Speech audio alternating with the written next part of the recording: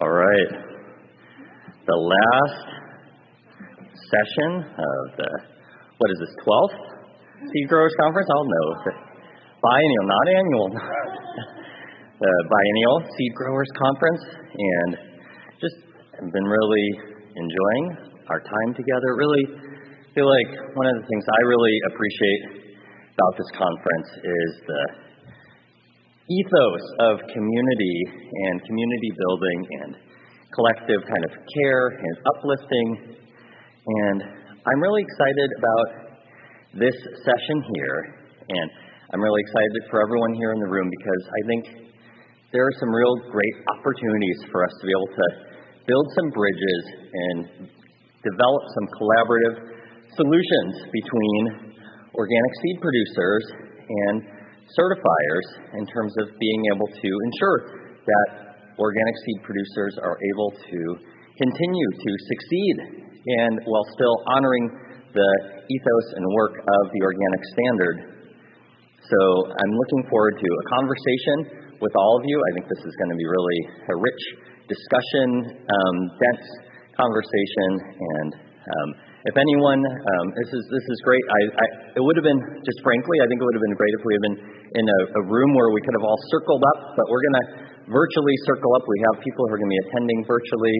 But all of you, what I want to say is this is going to be a session we're going to be building together. So each of you kind of lean into your ideas, your solutions, and I think this is going to be something that we're going to take not just here in the present moment, but really be able to take the conversation we're having and hopefully use it as tools and building blocks to strengthen the future of organic seed production and certification for organic seed producers. So, I'm Jared Zystro. Before we begin, I'd like to call up our community agreements here. I know many of you have seen this slide, have heard this before, but I think it's helpful just to refresh it all in our minds. We all have a role in tending the space. During this conference, we agree to speak for ourselves and make space for others, be as present as possible, be aware of who is missing in each conversation.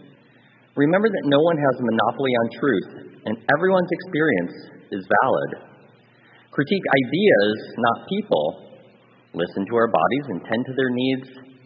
Give some grace for technical and logistical difficulties, and ultimately aim for connection, not perfection. To kind of give you a little bit of a frame of what we're going to be, how this session is going to go, I'm going to open with a little bit of background on some of why the issue of organic certification for organic seed producers has come to rise up in something that we've been hearing and from Organic Seed Alliance, and also the motivation for why it's so important. And then our next panelist, Katie, will be speaking of her experience and some of the experience of seed producers around certification, and then Connie will be speaking more on some of the perspective and background of what does it look like from the certifier and inspector point of view. But then we're going to keep that relatively brief, and then we're really going to spend most of this time, again, kind of collaboratively brainstorming, like, okay, what are some of the sticking points? What are some of the areas that we want to try and work through, and what are some ideas? Maybe some ideas that we can figure out just like right here and now in the space, maybe some things that are going to take some work and time that we're going to need to be building on in the future together. But think through those ideas, think some of the kind of opportunities and risks around those ideas, and kind of come out of here hopefully with some tools, ideas, inspiration, marching orders. So thank you all so much for being here, being present, contributing, and collaborating on this work. As you all know, let me do this. Let me give you a little bit of background. So, it's been more now than 20 years since the National Organic Program launched, and the success of the organic label has been monumental. Organic food has become a larger and larger part of the market. More people are eating healthy organic food than ever before. And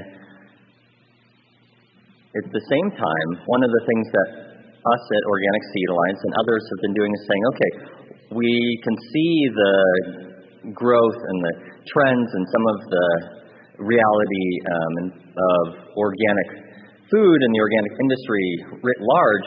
What's going on with organic seed? And I know most of you have probably heard we've been doing at Organic Seed Alliance this State of Organic Seed project. This has been a project where we've been trying to monitor the use of organic seed, the needs around organic seed, the policy environment affecting organic seed.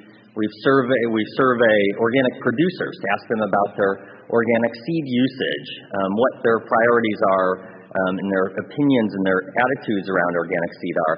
But one of the things that we've also been looking at is, what about organic seed producers? What's going on in terms of their needs, their challenges, their lived realities? First, I want to show this. This is looking at the percentage of vegetable producers, not vegetable seed, vegetable producers, organic vegetable producers who are using organic seed entirely.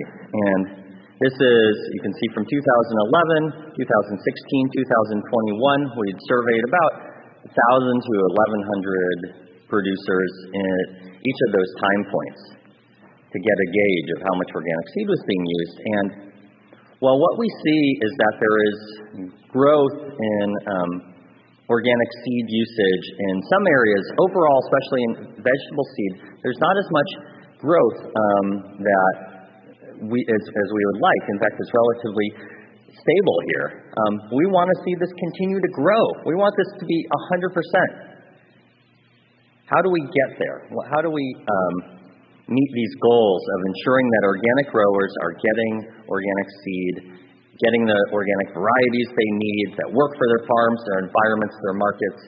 Ultimately, as you all know, this comes down to having seed producers, successful seed companies that are the foundation of our organic seed movement, and ultimately, seed is the foundation of agriculture. Those producers and companies are foundational. So how can we support that growth, the success of the organic seed movement, of organic seed producers, organic seed companies? This last time that we did our State of Organic Seed project, we tried to dive in a little more to understanding what was going on for organic seed producers. We asked them about what are all the different challenges that exist in organic seed production. And we heard a lot. There's a lot of things just around climate risk, around trying to understand organic seed yield, managing pests and diseases. There's all a wide range of production challenges. But there were also a wide range of non-production challenges. I know this slide's a bit hard to see, but I'm going to highlight a few things from here in a second. So these are all the other things outside of what's going on in the field, what's happening on the business side. And you can see, some of these, developing infrastructure, accessing labor, finding and developing markets. Those were at the top, but not too far down there. We see certification being a significant barrier for a wide range of organic seed producers. So whether it was the cost of organic seed production or certification, or record keeping for organic certification, these were seen as barriers to or challenges that organic seed producers were facing. We tried to dive into this a little bit more through surveys and interviews, and we heard a range of specific challenges that producers were facing around certification. And this slide sort of highlights some of those. As I said before, we can see, there's my mouse. Cost of certification, lack of understanding about the differences and strains or seed lots within a variety. And we're going to dig into a little more of what that means. Lack of understanding around the need to access conventional seed as initial stock seed. The record-keeping burden of listing each variety of seed that's been sourced off-farm. Sometimes the pace of the certification process for adding new varieties to the certification and how that lines up with the seed sales season. And the need sometimes to recertify older seed lots. These were some of the challenges that came up from our surveys and from our interviews.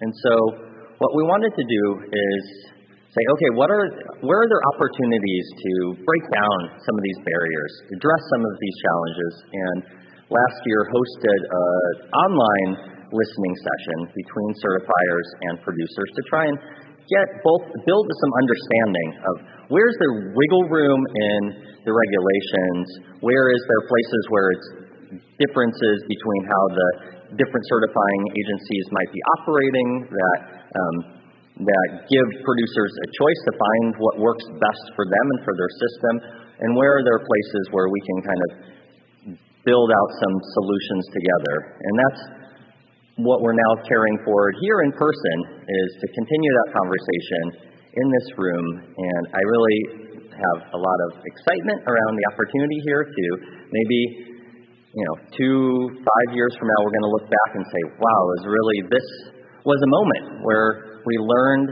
and brainstormed and created some solutions that we can build and break down some of these barriers.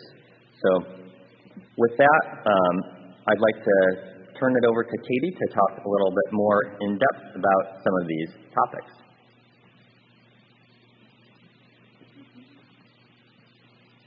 Thanks, Jared. Thanks. Okay. Why would I want to get up in front of a huge auditorium and talk about organic certification? Well, I believe that it's really important for there to be many people stewarding as many varieties as possible. And some of us choose to get certified for various reasons. This work is very time consuming, and anything that I can do to help this process be less burdensome is, in my opinion, worthwhile. So my contribution to us organic farmers. Why did I get certified? Well, when I first started growing seed, the only market that I could access was to grow on contract for other seed companies.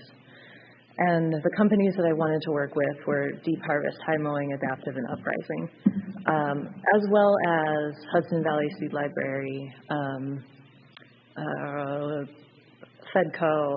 There are a few others, but these companies only sell organic seeds, and I have a ton of respect for them, and I wanted to work with them.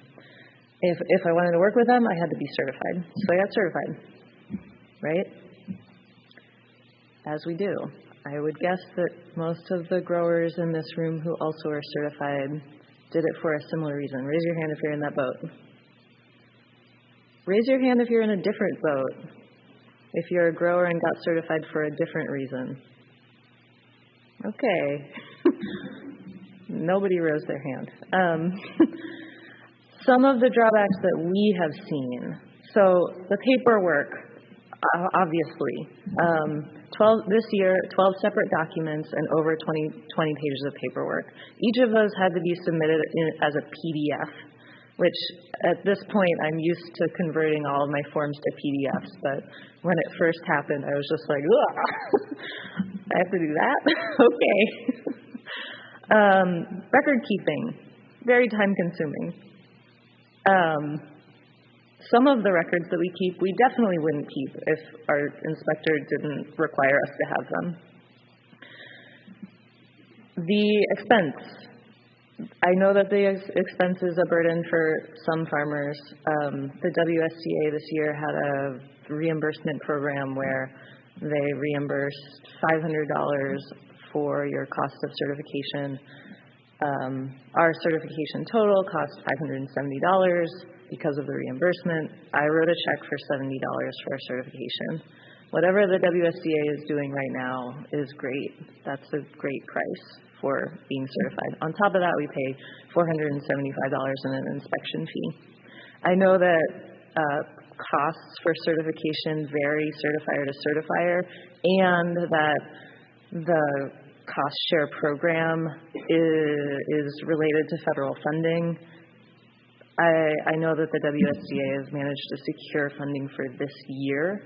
I don't know what the future of that is, but hopefully that will continue to be able to happen.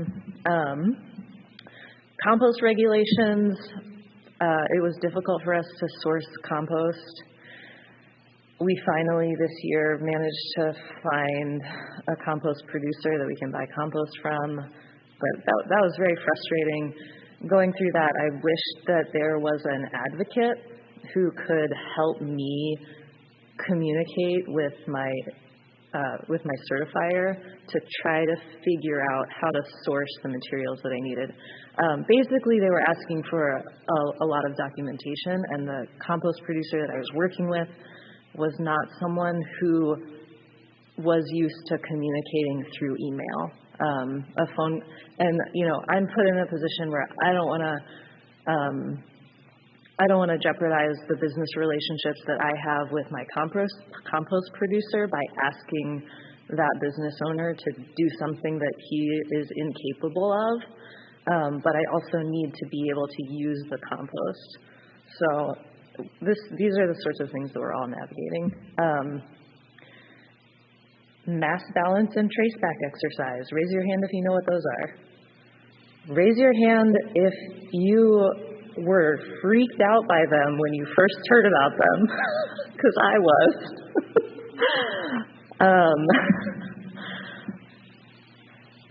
Honestly, though, in the end, all of that record keeping has helped our business thrive. Having meticulous harvest records, being able to know, having lot numbers, being able to know which field a crop was grown in has helped me do a much better job with my crop planning, and for that I'm grateful. And I don't think I would have done it if the inspector hadn't required it.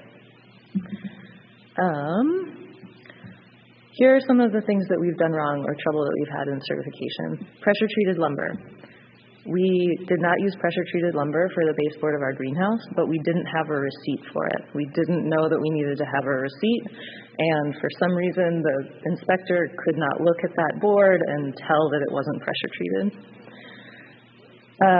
Treated seed. We bought some treated Lisianthus seed. We planted it. We didn't realize that we were not able to plant treated seed. We didn't realize it was treated. But when the inspector looked at the receipt, he was like, "Oh, you bought this treated Lisianthus seed. Where did you plant that?" I don't think we had even planted it, but we were like, "Well, we planted it there." I don't think it had germinated. We had to take that 2 square foot chunk of land out of organic certification for 3 years. That was annoying. It wasn't that big of a deal for us. Bought non-organic seed without realizing it and planted it. We didn't get in trouble for this. The inspector didn't see the receipt from Osborne that said that it wasn't organic seed. Obviously, you can grow and plant plants grown from non-organic seed, but we had not done our due diligence and done the checking and all of that, whatever. We didn't get in trouble for that. That was great. Is what it is. Okay, the last one was a pretty big learning moment for me. We got a random email from the WSCA billing us, I want to say it was $30 for each of our products. Products being seeds that we had grown a previous season and were continuing to sell this year. I was just kind of like, whoa, we've never been asked to do that before. This seems weird. Why are you asking me to do this? it sounded wrong. I emailed a listserv of other seed companies. The folks on the listserv replied and they said, "Oh, push back against that." I, in my way, communicated with the WSDA and said that, these are seeds that we grew. I don't believe that they're products. Products being, I don't even know what products are in certification speak. Maybe Connie can figure that out. One way or another, I communicated that asking growers to pay this fee was discouraging diversity. And I did it in as polite of a way as possible. And they got back to me and they said, "Oh, we made a mistake. You don't need to pay the $30 for each of those products." Because we had, 100 different varieties that we would sell the following year. That would have been a significant cost for our tiny business. So that was a pretty big learning moment for me. Okay, some other things that I've heard about. Moving a seed packing facility. So company is here, seed packing facility is here, they want to move it over here. The certifier was demanding that the entire place be completely set up and functional before it could be certified. That's a huge problem for a business. I don't know how that was resolved. A farmer friend of mine bought some clover seed that was treated with a non-organic coating. Planted the clover seed on 5 acres of certified organic ground. The certifier saw that. That grower had to take 5 acres of land out of organic production for 3 years. It was land that he was renting, paying rent for every year. That was a significant loss for that farm. Denise retired from growing sweet pea seeds. She had grown a whole bunch of seeds. They were certified organic when they were produced. She retired. She had a whole bunch of sweet pea seeds still. Sweet pea seeds are viable for many, many years. She wanted to be able to continue to sell them.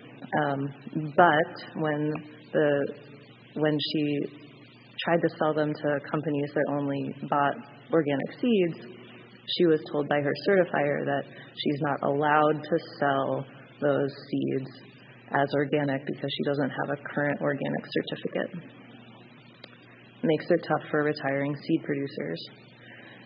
Okay, someone got flagged for eating some of their harvest and didn't have records of what was eaten.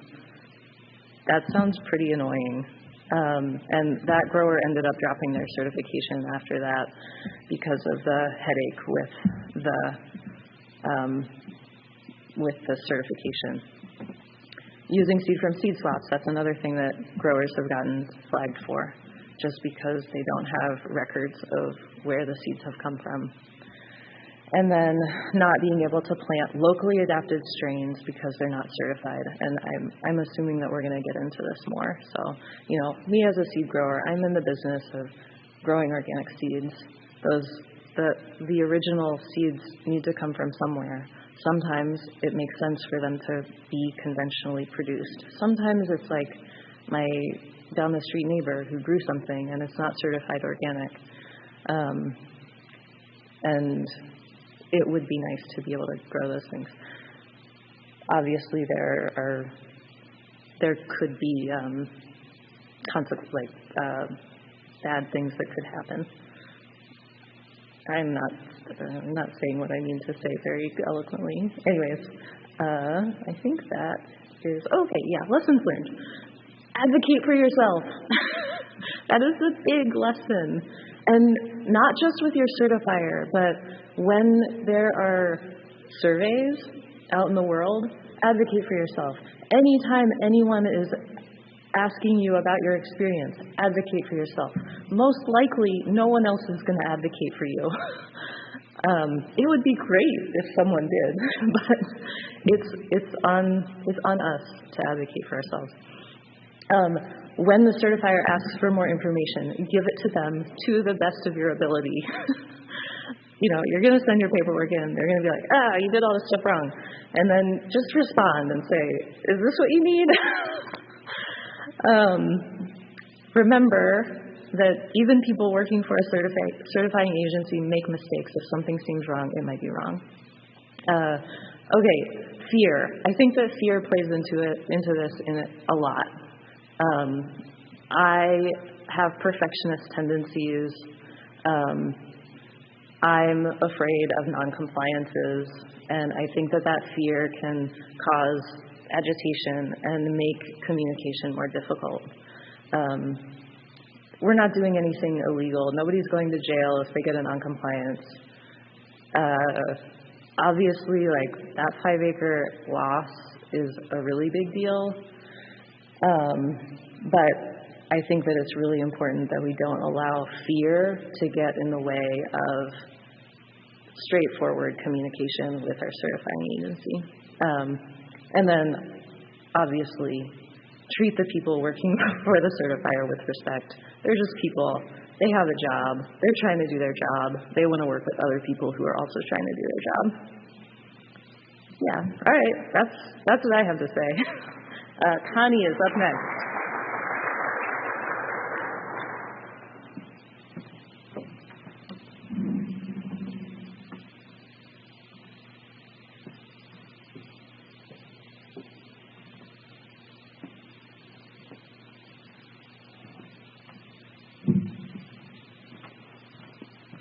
What a die-hard group of certification advocates. Last session on the last day in the giant auditorium, and it's full, almost. But thank you for coming.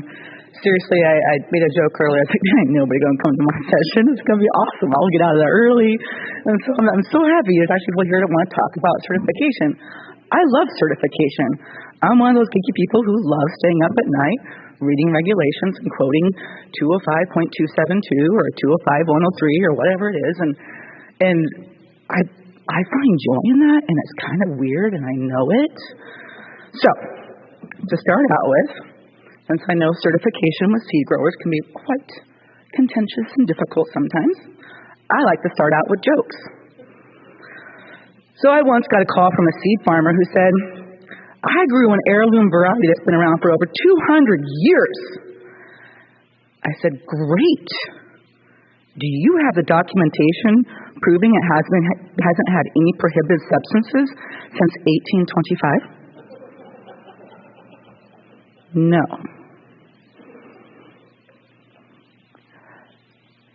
I just harvested the best organic seeds, Connie. You are going to be so thrilled to plant these in your garden. Awesome. It'll only take 6 months of paperwork review before we can officially confirm that. These are the realities, and I understand them. As a certifier, I no longer work directly for a certifier, but I work with certifiers now. So for over half of my life, I worked for a company called Oregon Tilth, who I do love dearly, and that's where I gained most of my certification experience. Now I work out in the world working with various certifiers and through the Accredited Certifying Agency, Accredited Certifying Association. I get to come do these things like this and talk about my experiences in certification, what the rules actually say, and engage with everybody in a different way. So, who am I? I'm Connie. I'm with the Accredited Certifiers Association. But I also grew up here in the Willamette Valley on a grass seed farm. So I know seed a little bit. At the age of 12, my dad put me in the warehouse packing 50-pound bags of grass seed, which I could not lift onto a pallet. However, I was responsible somehow for getting them to the pallet for somebody else to come in and stack.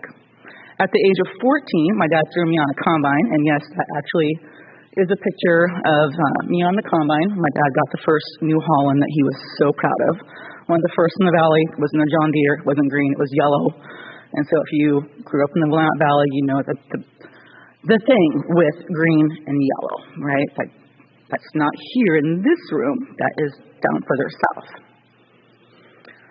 But I know that organic certification can be really frustrating. And I'm here to actually help understand some of those rules, help you understand some of those rules and the why behind why those frustrations and those experiences happen.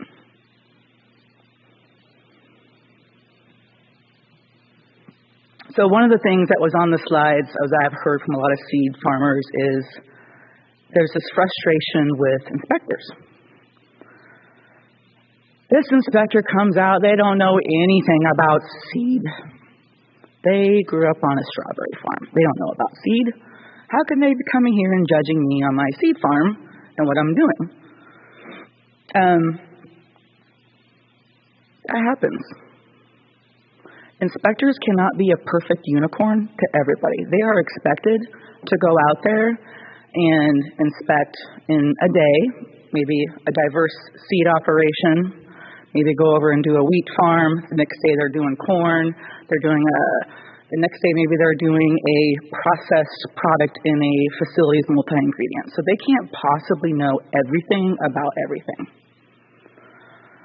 Another thing that causes some of this frustration is that as certifiers, one of the best practices that certifiers enable is they actually switch up the inspectors every 3 to 5 years. 3 years pretty much the norm. Because we don't want inspectors to become overly familiar with the operations they're inspecting. Because when you kind of become buddy-buddy and you're overly familiar, you start missing things. So we switch them out.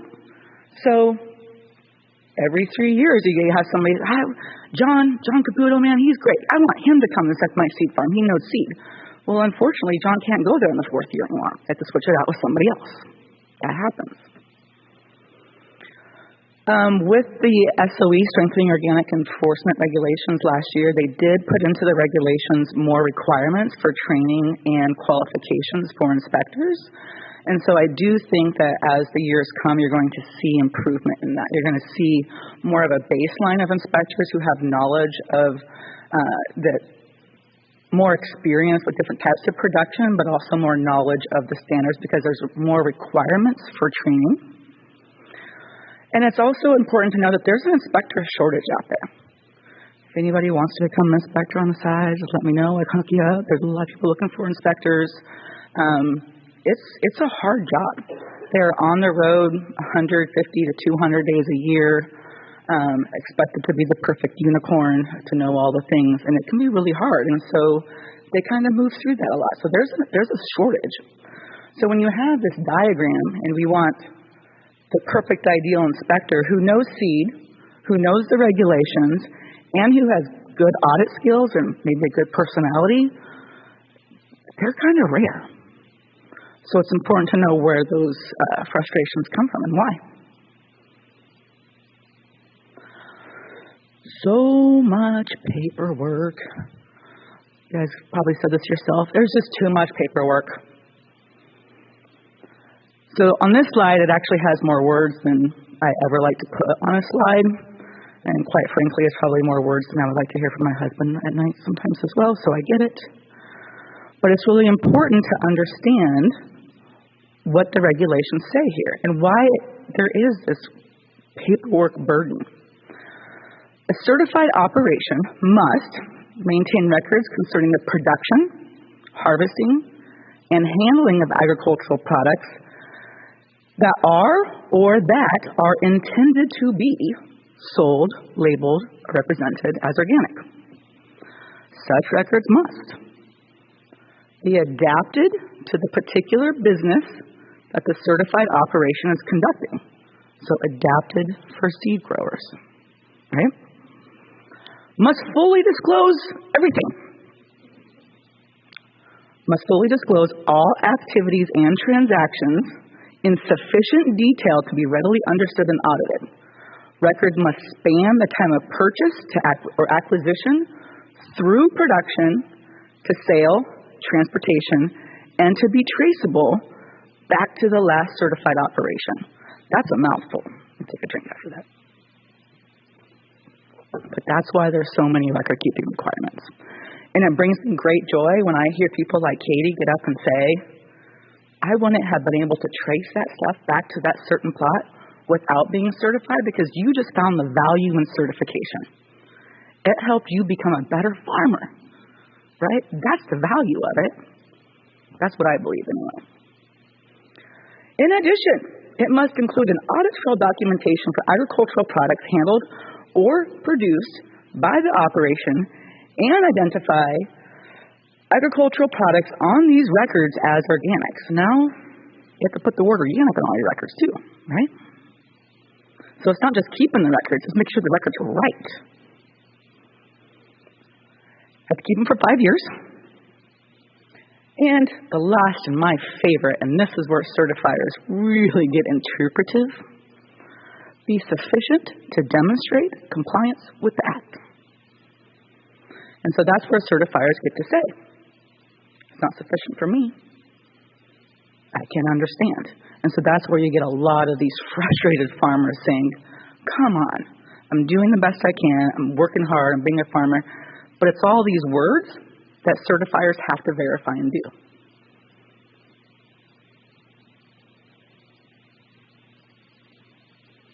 Next. Okay, so I got a chance to look at Katie's slides in advance. So I was like, well, I'm gonna explain the why on some of those frustrations. Because some of them are real, and some of them, quite frankly, we'll see here. I'll make a joke. So the whole moving to a new facility, why does that happen? Why did that operation have to completely move everything over to this facility before he could be inspected, basically shutting his business down? It's part of the regulation. Certifiers must, it's 205-403, they must conduct an on-site inspection of each production unit, facility, and site that produces or handles organic products and that is included in the operation for which certification is requested. So they had to go inspect it. Now maybe there could have been some more communication back and forth that said, do I have to have everything over there? Like, do I have to have my seed envelopes over there? Or could I maybe have a couple bigger pieces of equipment and you can kind of see the flow and you can verify that the flow is going to happen in my storage areas while you're on inspection. And you could probably work back and forth with the certifier and they probably would have made at least get most of it there because the whole purpose of that inspection is to be able to verify the plan and that what they say they're doing, they can do in that facility. But if you just walk into a big blank facility, there's no way an inspector can verify what you say you're going to do, right? So let's go back to what Katie was saying is have a communication back and forth. Does it have to be everything? Find a solution. And I can guarantee you every certifier I know will want to help you find a solution. The non-organic seed coating requiring a 5-year or 3-year retransition. That's an application of a prohibited substance. So a seed treatment that is not allowed, you plant it, it is an application on your ground of a prohibited substance.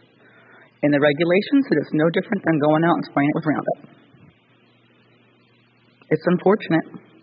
It sucks, and it's broken my heart so many times to tell farmers, man, if you just would have asked me about that seed before you planted it, I could have told you and saved you 3 years on your 10 acres. And I've been through it many times, and it breaks my heart, and it sucks. And I can guarantee you as a certifier, there's no certifier out there that wants to be there sending that message. Check your seed. Everything. It's considered a prohibited substance application. All right, the stockpile, the seed for the retiring farmer. Oops, too far. So, with that one, it's because of a part of the regulation that says, it's 205-102, to sell, label, I'll go back to that, to sell, label, or represent your product as organic, you must be certified according to the Act. And it's that word sell. And so when they surrendered their certification and were no longer certified, even though they had from the previous year, They could no longer sell it because of 205-102. Is there ways around that? Yeah, call me. I'll tell you. Absolutely. Eating the harvest without the records. That's kind of bullshit. I'll admit to that one. I was a little shocked to hear that one, Katie. That was no. They didn't have records for how much they ate out of the field, and so there was a non-compliance because they weren't keeping records for how much they ate. I would agree, Frank, that was too far. That one's too far. Because there's no way any human is going to eat so much that it's going to change your estimated yields. Yeah, I agree. All right, no receipt from the seed swap.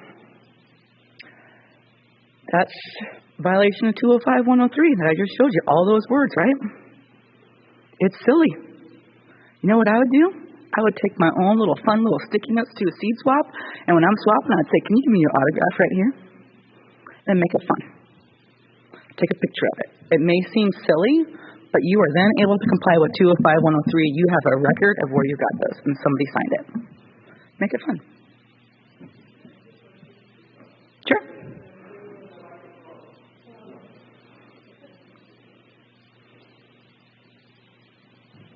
For our virtual friends. When I've done that in the past, I've still needed to be able to find that person and get them to write me a letter saying, to the best of their knowledge, it's non-GMO and untreated. So put that on your little sticky note. Okay. And write it all up in advance. This is what I get to do now that I'm not tied to a specific certifier. I get to give advice. Write it all up. Make it fun. Autograph this. You know what it is. And they are signing it. That's fair. But think about what the certifier has to do on their side. They have to be able to show an auditor, because they're certified too.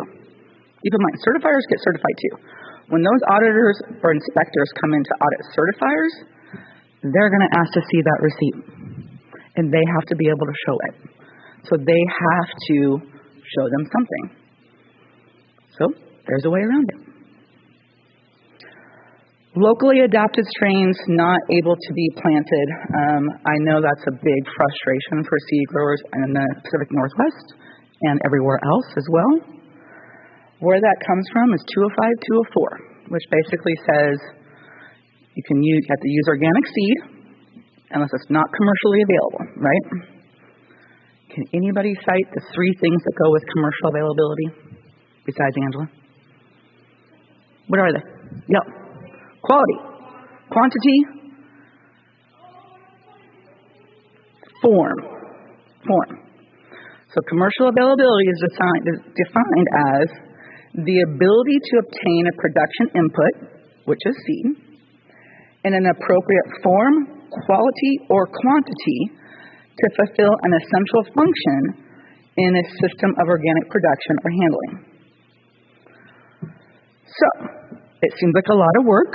It seems really silly when you know as a seed farmer, I'm not planting that stupid lettuce from Nebraska. I'm in Oregon, right? You know it. You know the strains you need, and you know what's organic out there and available and what's not. You know it, because you live it. But think about the certifier doesn't know what's available in your area. They don't know what's localized to your area. And they're going to have to prove to an auditor, when an auditor comes in, that they got the documentation to show that the commercial availability search was done. So you have to do all this commercial availability search documentation, right? Everybody familiar with that? You love it? No, no one loves it? No, I know. You know, from a certifier too, we don't like reviewing it. It's a lot of work, and we know it too. We know Frank knows what he's doing with seeds. Like, why do I got to ask Frank all the time to show me all this documentation? But we have to, as a certifier, to be able to show our auditors we comply with the regulation, and we are holding everybody to the same standard. Question? Yell.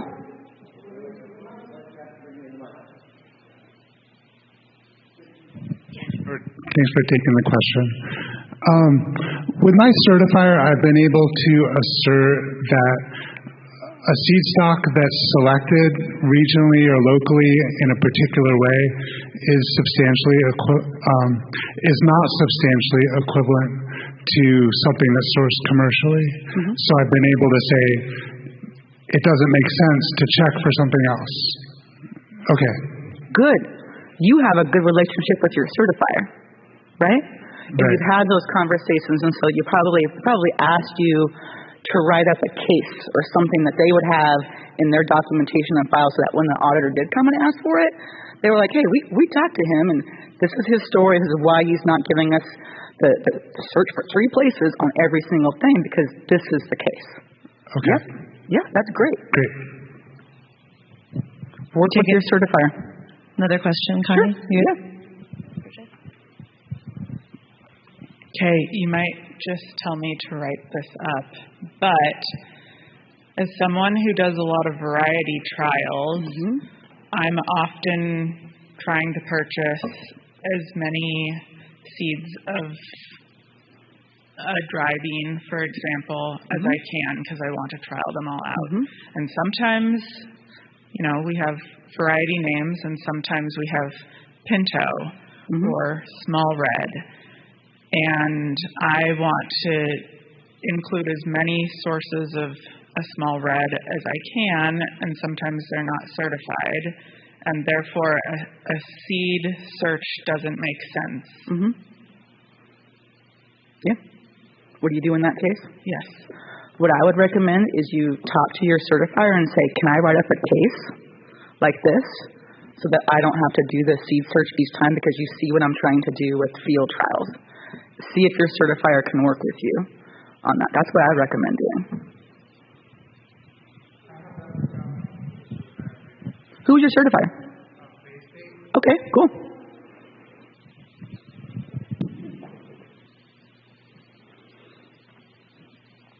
And that kind of just goes with working with your certifiers. This is my last slide, and then we can get into some more discussion and stuff. But just remember that certifiers are people too, and certifiers get certified. So just like you're afraid of a non-compliance, most of the certification staff are also afraid of getting a non-compliance for their company that they're employed. So that's a lot of times why they ask for so much stuff, or they go a little bit overboard, and you're like, really? I got to log how much I ate? But technically, this person in the back office is like, well, you got to have it all written down because I got to be able to show an auditor. They're scared to get those non-compliances too. They're just people, just like you. Respectful communication gets better results. That's the reality of it, frankly. They have to enforce the regulations to protect the organic label, because fraud does happen. I know it's not anybody in this room, but there are cases of fraud that I've seen. And if, as certifiers, we're not doing it the same way all the time, we could miss that. And that would harm you. Right? Let's all work together. Make the system work for everybody.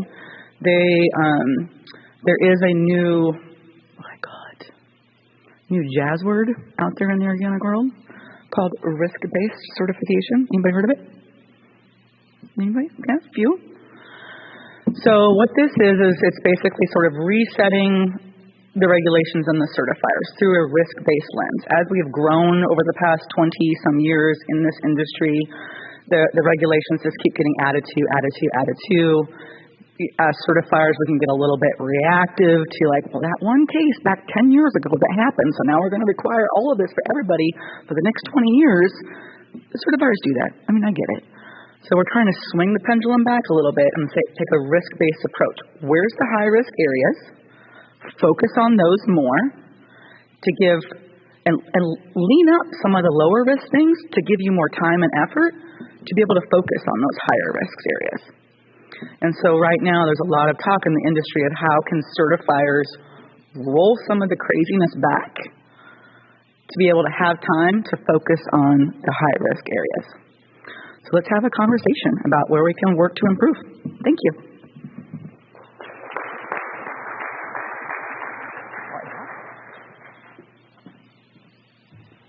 Thank you, Connie. So we're going to go ahead and transition this to the conversation that Connie talked about. Let's have a discussion here. Kind of want to cover, I'll preview this, sort of some three main topics here. Wanting to talk about, we heard a little bit from Katie and from Connie about aspects of certification that could have some room for improvement. And I want to frame this, and I think that it's important to hear broadly where there are places that there is room for improvement, where room to take those risk-based approaches, things that are real sticking points for you all as organic farmers, but also just keep thinking specifically as organic seed producers, are there things that really are limiting, challenging your organic seed production, places where you feel like you're a square peg in a round hole as a seed producer. Definitely curious to glean all of that so that can then carry us into a conversation about what are some ways that we can collaborate between organic seed producers and certifiers to develop and create some better outcomes. And ultimately, kind of to Connie's thing, are there opportunities to try and think about, what are those risks that you're talking about? And what are ways that we can take this risk-based approach, places where it feels like this is really a lower risk that we can, as Connie said, maybe lean up. So I want to open this to everyone. We've got a few mics, I believe.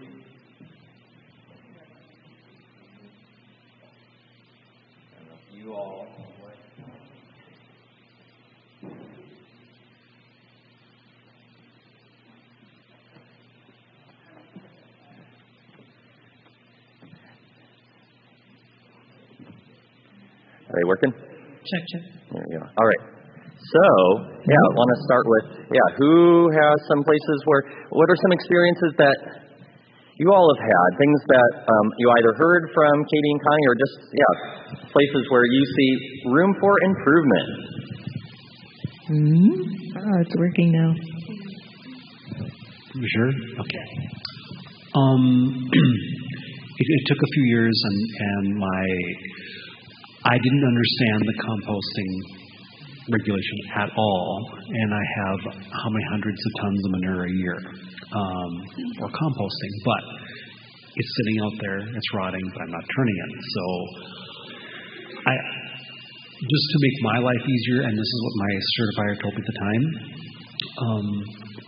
because I'm not turning a can called compost, but to make sure I'm not breaking the rule about it's 220 days from application of manure until harvest, I made sure those dates were there because that's my fertilizer, and we found a way to work around that, which was helpful.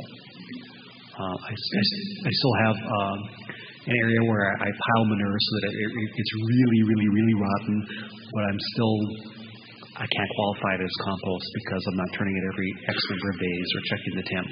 But I can tell you it's really, really rotten after I'm done. But I found a workaround to make my life easier. And that's good you found that workaround to make your life easier, right? Yes. Am I getting feedback here? Yeah. Use the couches as an iron. Yeah, enjoy the couches. It's about that grace for technical difficulties. I could just sit on the couch.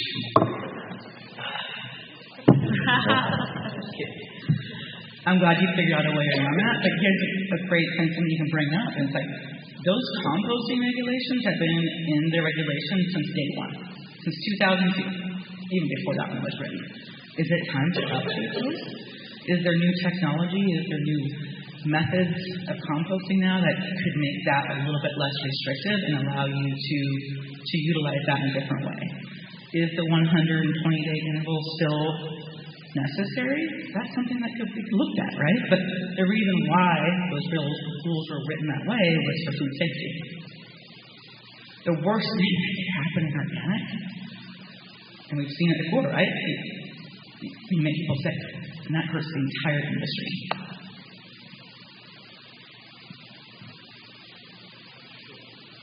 All right.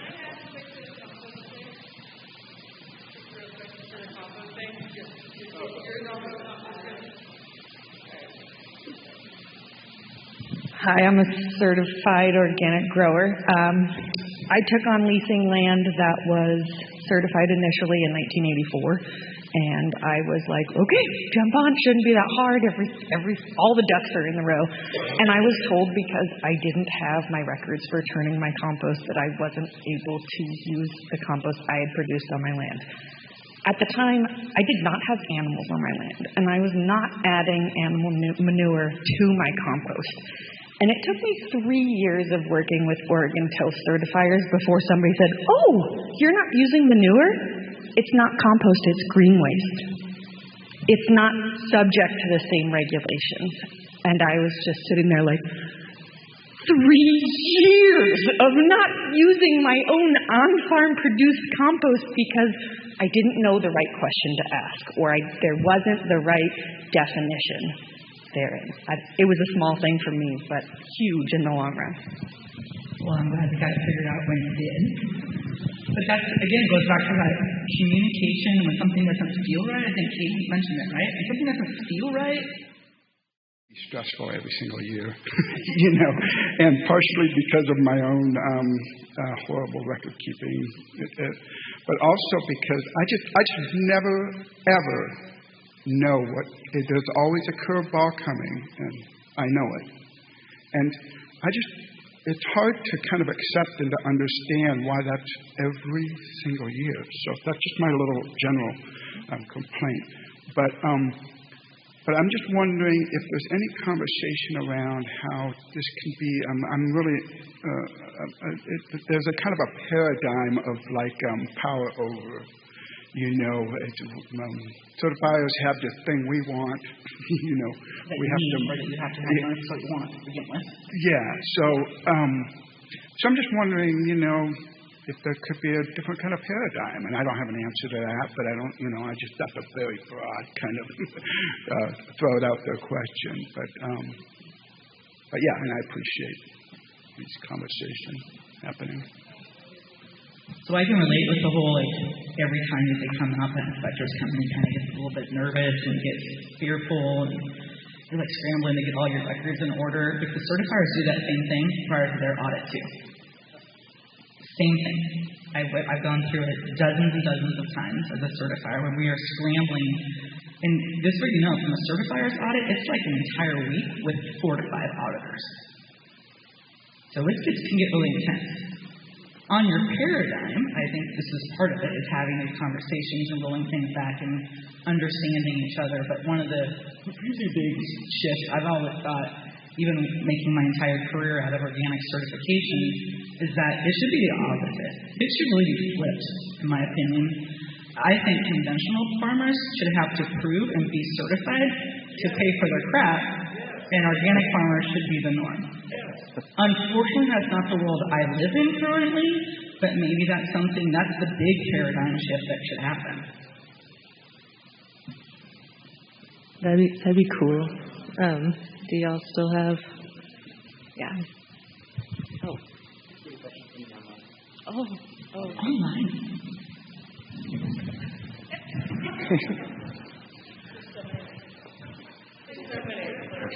So we have a question coming from our online audience. And there's a bit of context at the beginning here, so the question comes at the end. It says, with education about certified naturally grown, we were able to share our, in actuality, organic practices that are not certified as such because of the burdensome process. This could be an option for steps along the process to organic certification. Farmers growing with integrity deserve recognition, and certified naturally grown can be a more financially and less burdensome or accessible way to do so. If you are a certified naturally grown producer, you can label your seeds as certified naturally grown. It's available in many but not all states, unfortunately.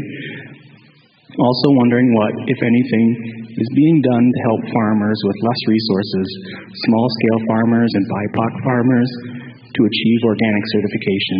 Is there anything being done to address the gap for underserved farmers within organic certification agencies like fee waves, micro-grants, etc.? Does anybody else know? Well, I can speak to the certified naturally grown is absolutely an option.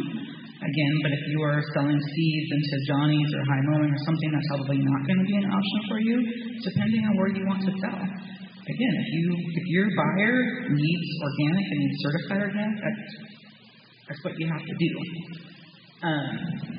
I don't know about the second part of the question too much. I've been absent from certification for a bit directly, but I do know that even there was, until last month, a lot of grant money from the government to support certification and education for underserved communities, and in general, just transition more farmers to organic. From what I have heard, that funding has been put on hold. That's all I know.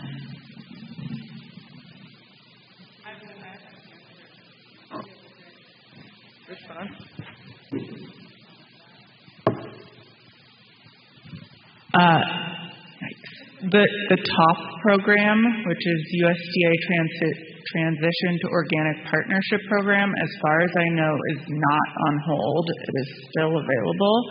And there is a mentorship program within TOP where transitioning or newly certified growers can sign up to be a mentee, and they will be paired with a mentor who has been certified organic for at least 3 years, I believe. And that mentor is actually paid for their time, and the mentees get these services for free. And you will be paired with a mentor who's in a similar cropping system to you.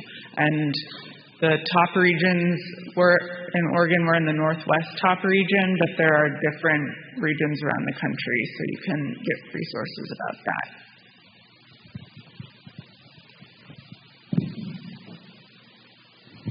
I'm going to be a mentor.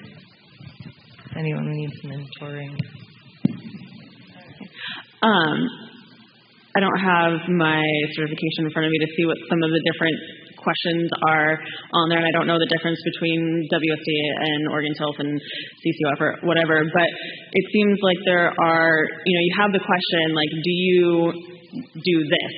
If yes, then explain that. If no, go to the next thing. So it seems like within certification, there are these tracks. Like if I'm a livestock producer or a producer of a product versus an actual, growing of that thing. Is there any space to have just a seed grower track within some of these certifications that have more relevant? That are more relevant and the language kind of fits with seed growing versus vegetable farming. Yeah, and there could be as part of this risk-based approach. I think it's really hard to, at this point, go in and change regulations. It's a lot of work, it's a lot of time. It's hard to do. So where you can interpret regulations and the government, the USDA, can support that interpretation through the NOSB in a risk-based approach, i.e., this may not apply if you are growing seeds or something like that. With an interpretation, there's a lot of opportunity for that. And those are the ideas we want. Like, what is really the burden? Where can we go back and say, using a lens of a risk-based approach, how can we soften this or make this more reasonably assessed by all operations?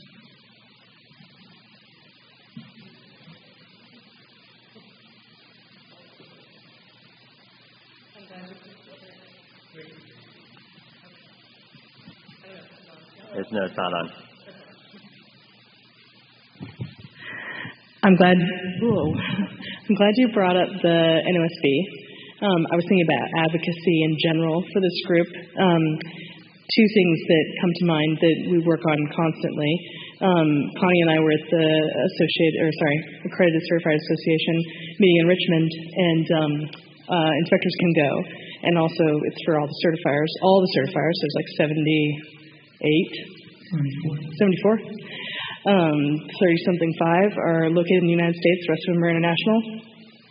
There is best practices that are developed within the ACA that promote the alignment of interpretation of the standard. And there was I think there was a seed grower meeting about it.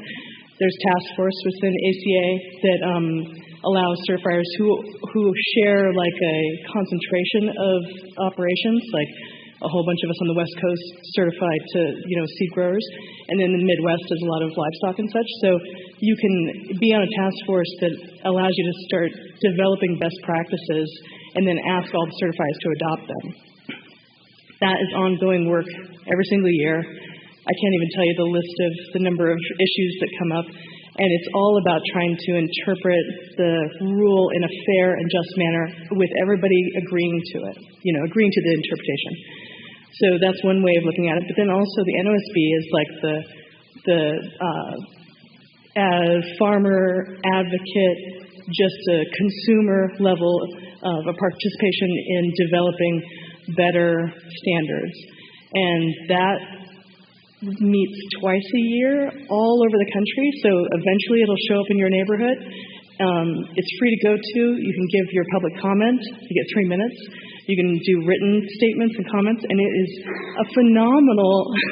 I've gone, 10 years, and it's a great way to actually put forth all these issues and say, actually, as seed growers, we don't like what's going on. We would like a track of modules that we can fill out just for our own organic system plan. We want such and such. We want such and such.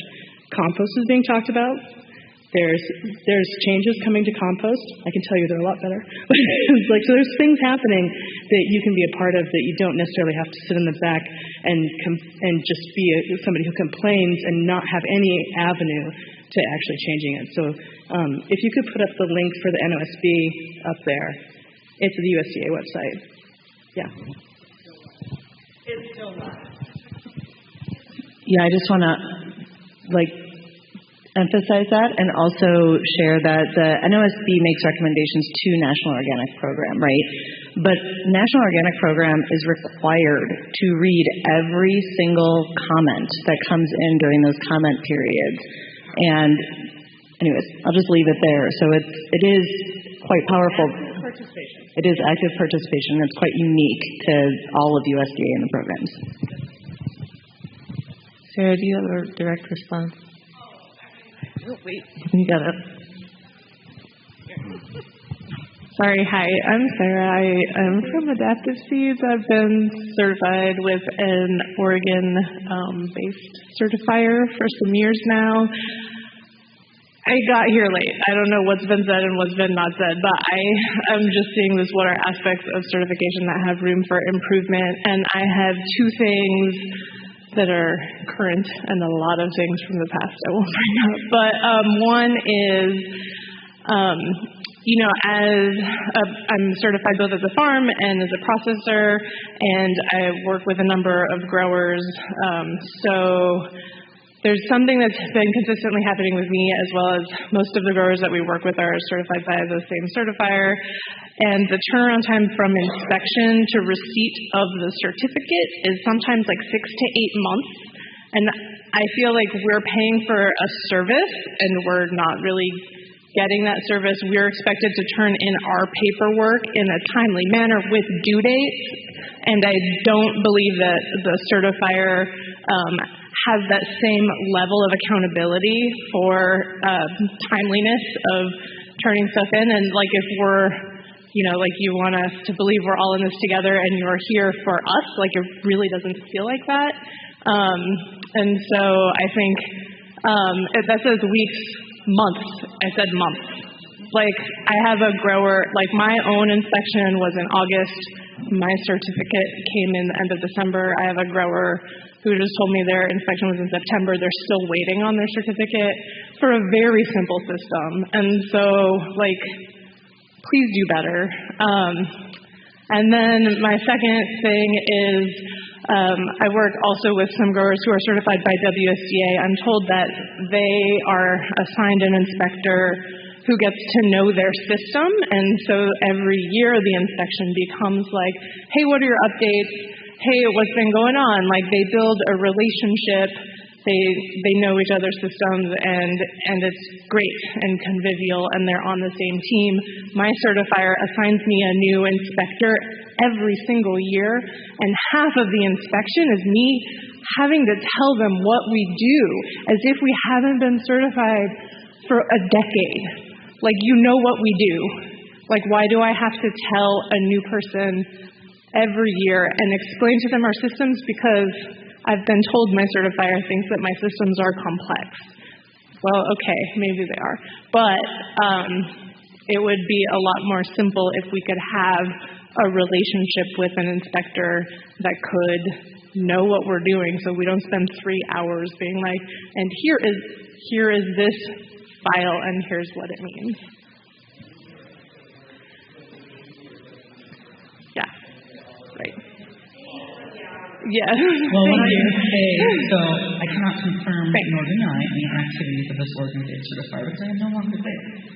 However, as last year in 2024 was the SOE year, or the Strengthening Organic Enforcement year, where basically a giant regulation change occurred, and certifiers were instructed by the accreditors to instill all of these new giant requirements across the board, update their system plan, update your inspection checklist report, do this training, do that training. And so that did back up a lot of certifiers. They're backed up. I work with a few certifiers that are still working even worse than that, Sarah, that are looking at at being a year behind right now. They are literally still working on inspection reports from the end of 2023. So certifiers are backed up, and I know it doesn't feel fair, and I totally get, I used to always say this to my staff when I did work at Oregon Health was, can somebody just call up a farmer and say hi how you're doing, how's the weather, what's going on? Because the only time they hear from us is when they're getting non-compliance or we're charging them a fee. And it's stupid. Build a relationship. But it's really hard to do when you have a shortage of staff and you are expected by your accreditors to get through this giant pile of stuff. But you also can't increase your fees as a certifier because that burdens the farmer. But yet all of your employees are wanting more money or they're leaving, and then you're retraining and retraining and retraining. That's the life of a certifier. That's the cycle that certifiers are on. And so there has to be some big change. But on to your point about the inspector, I think that is a big risk-based thing that we can do is, why does an inspector have to ask every single question every single year for someone like Sarah who's been certified for 10 or 15 years? Why do that? Does the regulation really require that? Could you say somebody who has been certified for a decade with no major issues gets a shortened inspection and only asks some questions? Do they have to visit every single site and plot every single year? Could you just visit a little and still get by? That's the risk-based approach we're trying to take. You're low risk. Why are we putting you through the ringer when you're low risk? We want to put the high-risk guys through the ringer, right? But we don't have the manpower, the energy, or the time. I talk like I still work for a certifier. I don't technically. We, as a certification community, those are the challenges that we have. So I get it, but that's a good risk-based one. Shortening inspections, simplifying for the lower risk operations. Why not? How about this? How about somebody who is low risk only gets inspected once every 3 years? Once every 5? 5?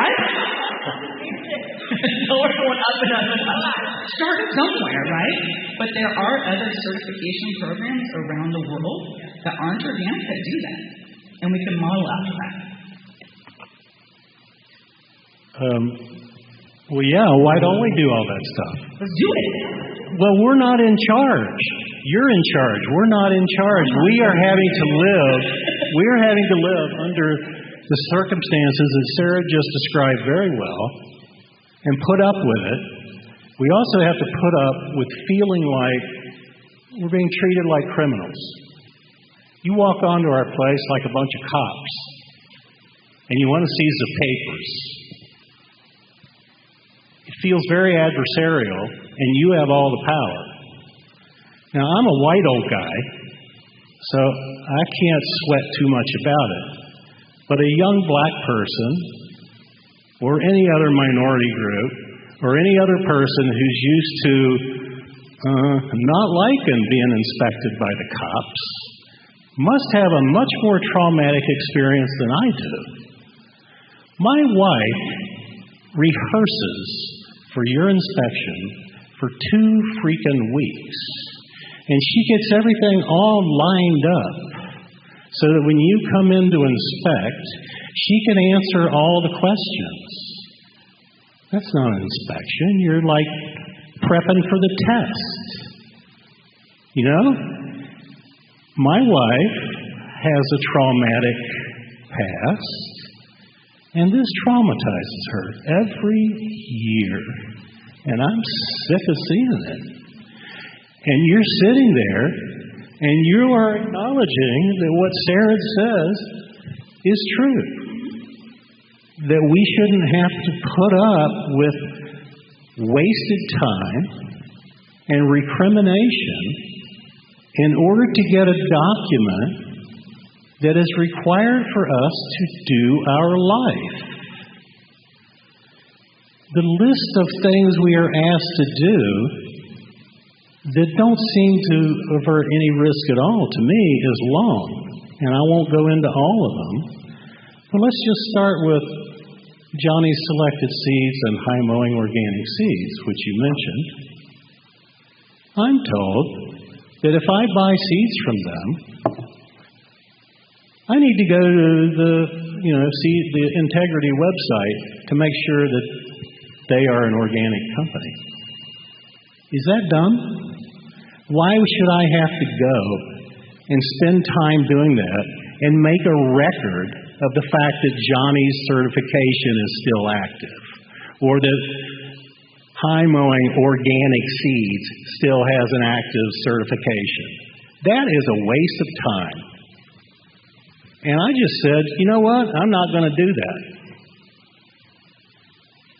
They didn't take my certification because I didn't do it. We just feel like we're being jacked around by people who are earning $70 an hour or more. And you are asking us to empathize with our oppressors. It feels like we're being oppressed for no good reason. Over and over, you're talking about things that could be improved, but we're living in the unimproved world, and we have been for a very long time.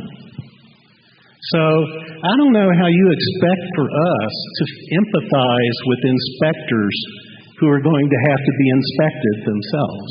That's a long way from my problems. You guys set up the system. I didn't set it up. So over and over, there are these little things like that that just seem like, why do I have to write this down for you? I've had a situation where I have bought an input. It said it's OMRI approved on the package. In fact, it had 2 approvals on it. And I wanted to use this compost product in a seed mix. And the woman said, well, yeah, you could use that product in the seed. My team member told me, yeah, you can put that in the seed mix, but you can't sell whatever comes out of that seed mix for 120 days. Well, that's not going to work for lettuce. And I said, you're being ridiculous. Why isn't this product okay to put in my seed mix? And she says, it says right on the label that it's made with manure. Yeah, it's a composted product made with manure. It doesn't contain manure, but the interpretation of my yellow team member was, you can't use that. I told her she was being ridiculous. She said, well, do you want me to call that company up and find out, how they do their product? And I said, yeah, I do want you to do that. And a week later, I get a notification that, it's okay to use that product. It doesn't really contain any manure. I told her that. It's just dumb. Well, I can say that. So, Frank, you used a lot of yous and yous in there towards me. I no longer work for Oregon Saltwater. I'm representing the Accredited Certifiers Association, who is an association of certifiers and industry members. A lot of them are in this room. So please don't attack me as a person. Let's go back to our community agreement. I understand certification is frustrating, and I understand certification doesn't always get it right. I've been there, and I haven't always got it right, and I have learned from it. I cannot speak for every single certifier out there, and I'm not trying to have you empathize with the inspector or empathize with me. I'm trying to build a relationship with this community so that together, working with your certifiers and your inspectors, we can make it better. Yeah, that's why I'm here. Yeah, I'd like to use that. Thank you. I'd like to use that to segue into this conversation of, okay, what are the ways that we can work together to be able to address these solutions? So I've heard a little bit of places where there's input. What are some of the strategies where, as a community, we can try to make these changes?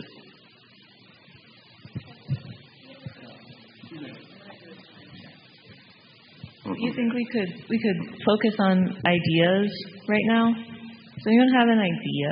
I do. 1, 2. Oh, all right. 1, 2, and then I'll. Ideas.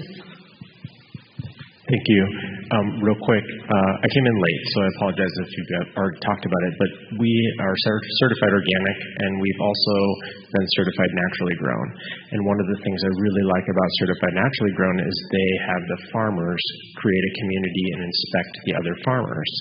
So what if our organic certifier did the initial certification, and then from then on out, farmers inspected other farmers and created more community?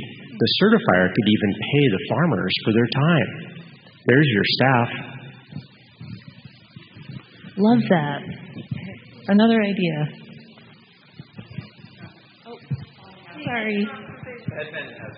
Okay, go. Yeah, so my name is Edmund Frost. I'm in Virginia. I'm a seed producer. I've been certified for about 15 years. And it's really good to see this discussion happening, because for a long time, when people talked about seeds and certification, the only question was how to get more people certified. No, sorry. That wasn't the question. The only question was how to get more people using certified seeds.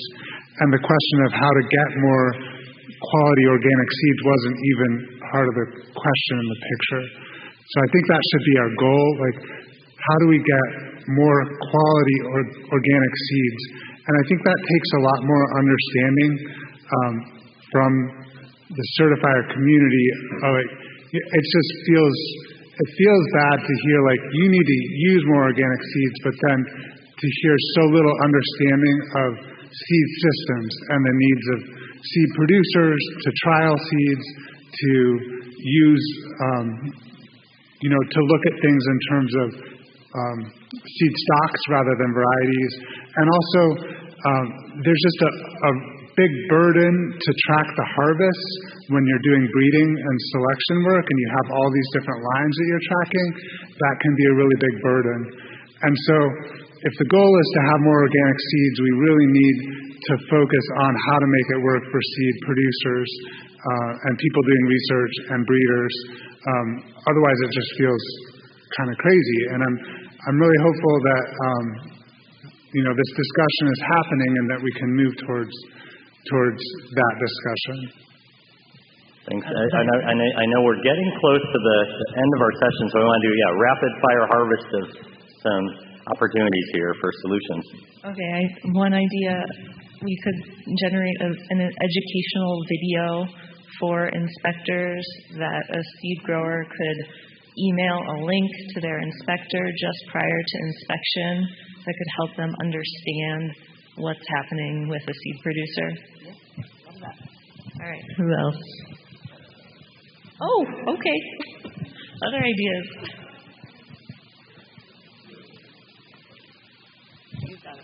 Yeah.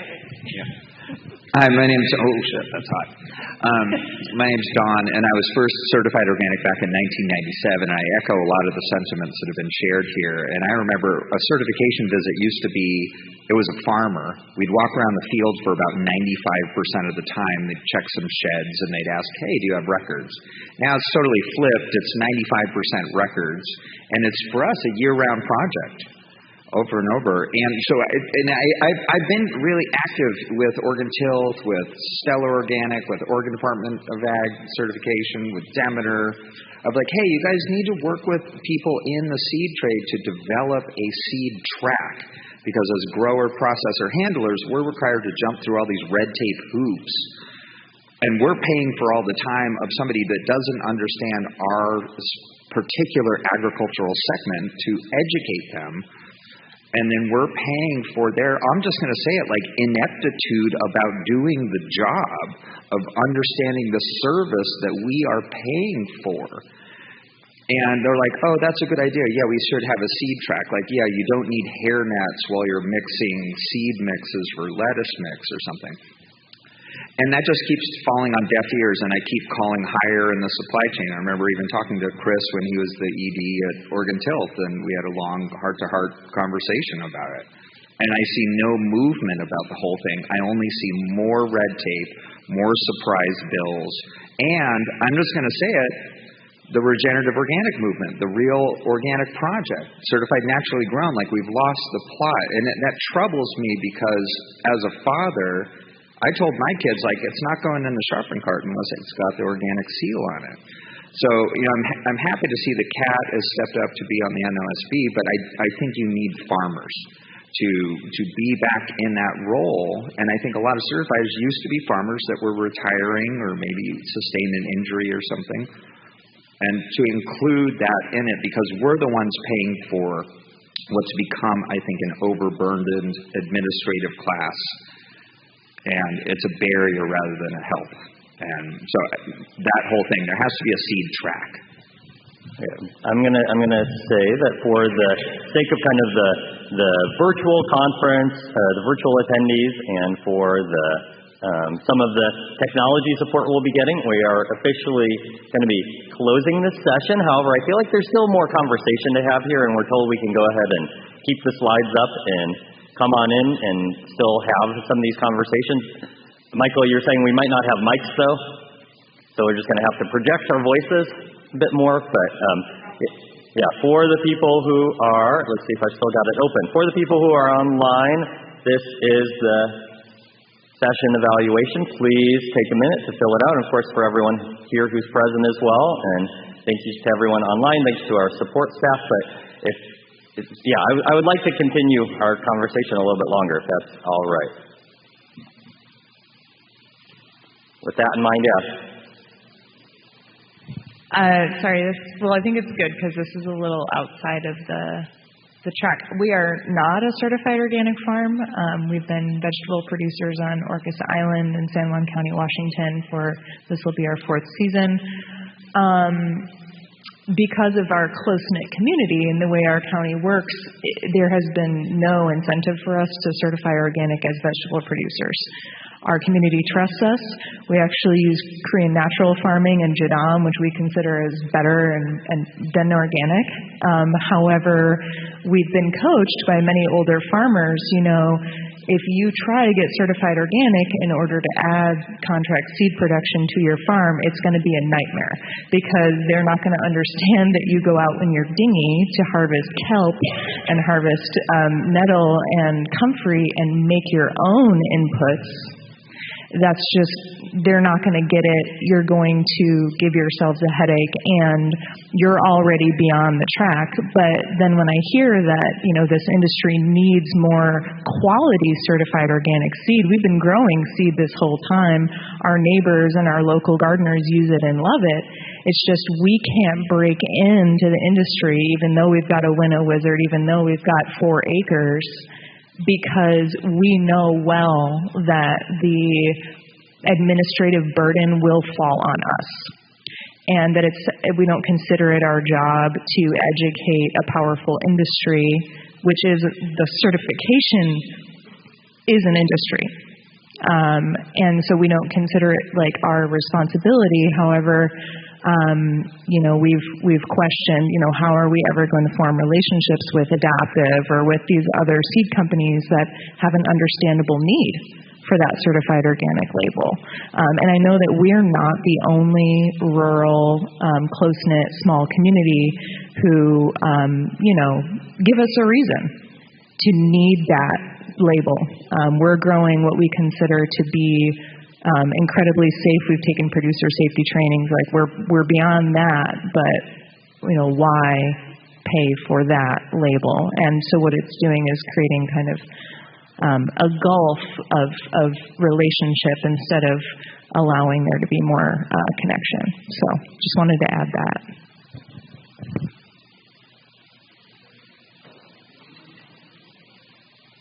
Any other thoughts on collaborative solutions? I guess one question I have is also, as you're talking about is when we talk about this, after you, I want to see, what does it mean to be risk-based, and like where is the wiggle room for like that?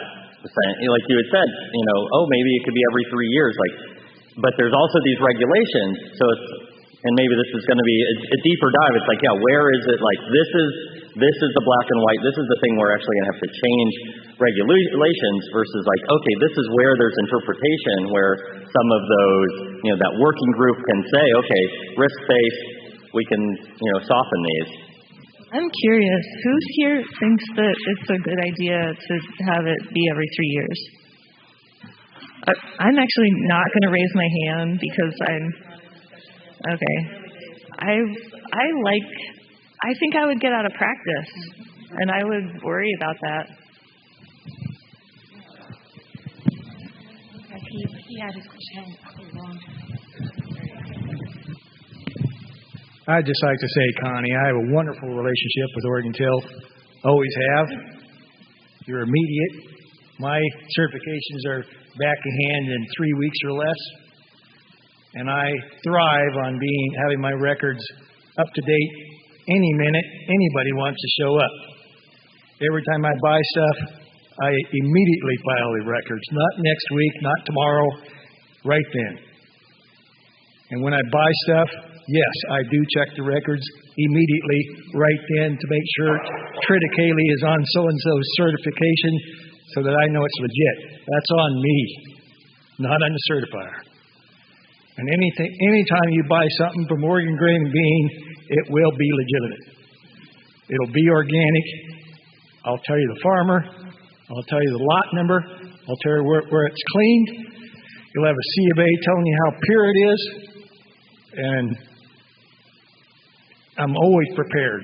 So I think the value of having an organic certificate is high enough to warrant the loops you go through. And if you constantly search for certifiers who don't do their job, like in some cases ODA, I think that waters things down. So I just want to respectfully disagree with a lot of things that have been said here today. Thank you. I do want to acknowledge that people have different experiences. And like I said earlier in the presentation, certifiers are humans, and humans make mistakes. Humans may miss something on a label. It happens. And I'll stop there. I was an inspector for the LIVE program, which certifies wine grapes in the state of Oregon, Washington, for 13 years. So I understand both sides of this coin. I've also worked for certified operations and gone through the organic certification process on that end. Please excuse my voice. But what I was just going to say is that in the LIVE program, an on-site inspection only happens every 3 years. And however, the certified body submits input records on an annual basis. So that keeps you engaged and keeps you keeping your records. It reduces the stress level of having somebody show up every year and physically inspecting your site. And I think it was a pretty good system for us. Yeah, I think it's time for us as a community to look at other models of certification, whether it's the LIVE program, food safety has risk-based throughout buried in. not necessarily getting inspections every year. And to Jared's point about interpretation versus regulation, and this is kind of one I've actually advocated for years, just to like skip inspections, even though the regulation says you have to be inspected every year, it doesn't say what type of inspection. And in the year of COVID, we learned a lot about hybrid inspections. So could we do some sort of desk audit, like a live, turn in these records every year for people that are lower risk, and that really just helps certifiers save some of that for the energy for the higher risk operations, the imports, the fraud, to investigate those. So thank you. Yeah. Oh, yeah. Sure, let's make that not a double negative.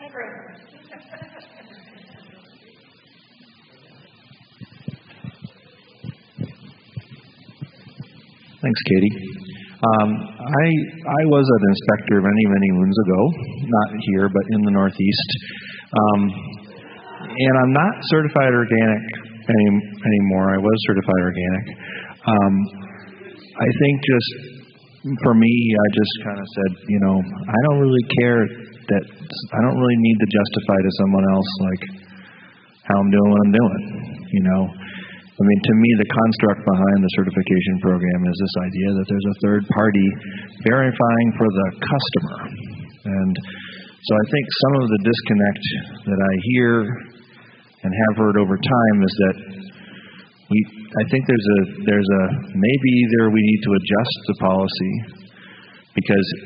or the intent, because the policy is really written to inform the consumer. It's not really an advocacy label for us, the producers.